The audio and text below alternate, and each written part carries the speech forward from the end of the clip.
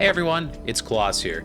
I have a quick Starfield PC optimization guide that should help improve your frame rate in-game. There are 3 different tips we're going to look at today, however these changes will only apply to particular graphics cards, so feel free to skip to the appropriate chapter for you.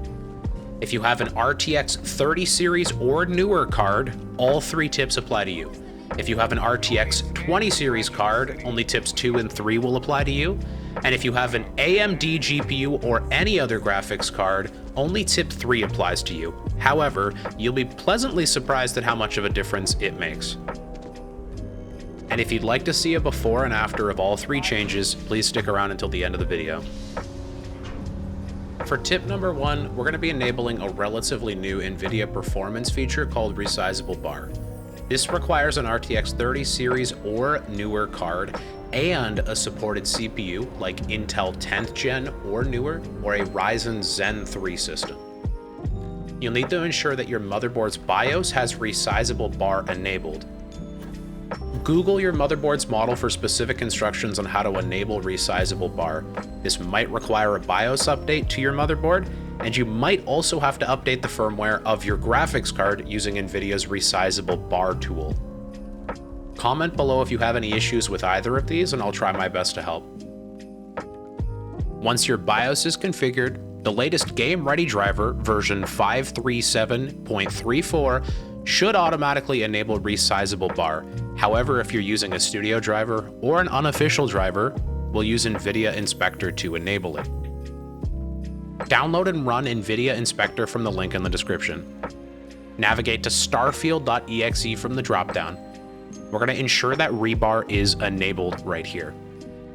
If you don't see it enabled, we're going to select the Battlefield 5 preset for the feature, options, and size limit dropdown.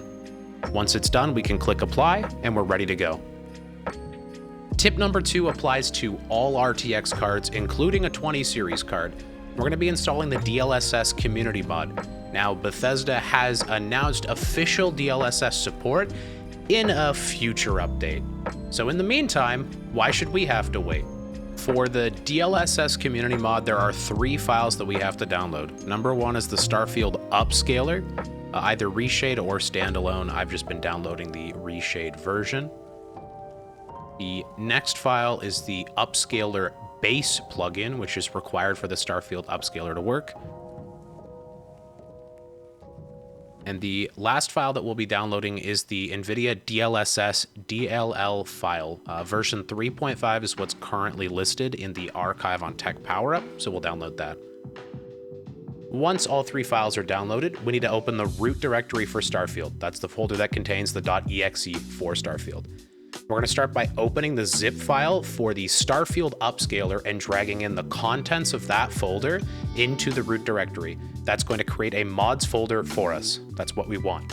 Now go into the mods folder, and we're going to open the upscaler base plugin zip, and we're going to drag the containing folder into the mods folder. And the final step is to go into the upscaler base plugin folder and drag the DLSS DLL into this folder. Don't mind the fact that I've had to replace everything. I already have the mod installed. Now the final part for tip number 2 is actually enabling the DLSS mod. We have to actually ensure that FSR2 is turned on, as that technology is replaced by the DLSS mod. Once that has been set, you can hit the end key and you should see this little window here, just letting you know that DLSS is in fact working. You can adjust the render resolution by changing the render resolution scale slider underneath the dynamic resolution check here. Dynamic resolution can be helpful, but personally, I usually keep it off for more consistent results. And the last and final tip, which applies to any graphics card, is actually just turning the shadow settings all the way down. They make a negligible difference in visual quality, but can boast anywhere from 5 to 30 FPS of performance, depending on your system. Now let's throw on some music, and we're going to compare a little before and after all of our changes here. Please hit the like button and subscribe if any of this information helped you, and please let me know in the comments if you gained any performance and how much. So the first 3 control clips we have here are running at native 1440p resolution with no upscaling. The first clip here is completely maxed out. You can see we're averaging about 46 FPS and we hit a low of about 43. Next up, we have our shadows trick. So this is still native 1440p resolution, everything maxed out with the exception of shadows, which are turned all the way down. And you can see already we've seen a pretty decent FPS bump, sitting at about a 57 FPS average and a low of 55. And the last control example here is everything on low at native 1440p. You can see we're averaging about 64 FPS with a low of about 61.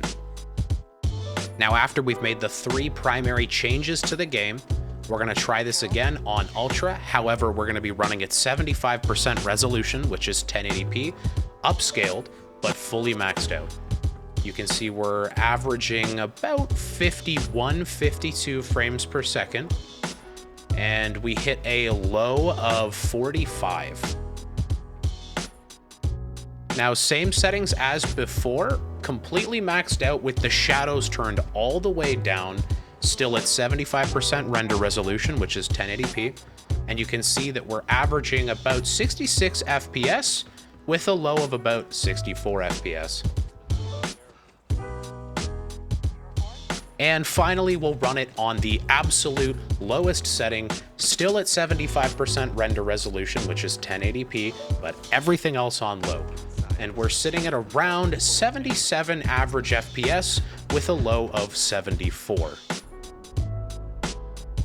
Now, I realized that native FSR2 upscaling was not included in any of my benchmarks, and that's because with my experience on my RTX 3090, it made such a negligible difference that I did not feel it was worth including.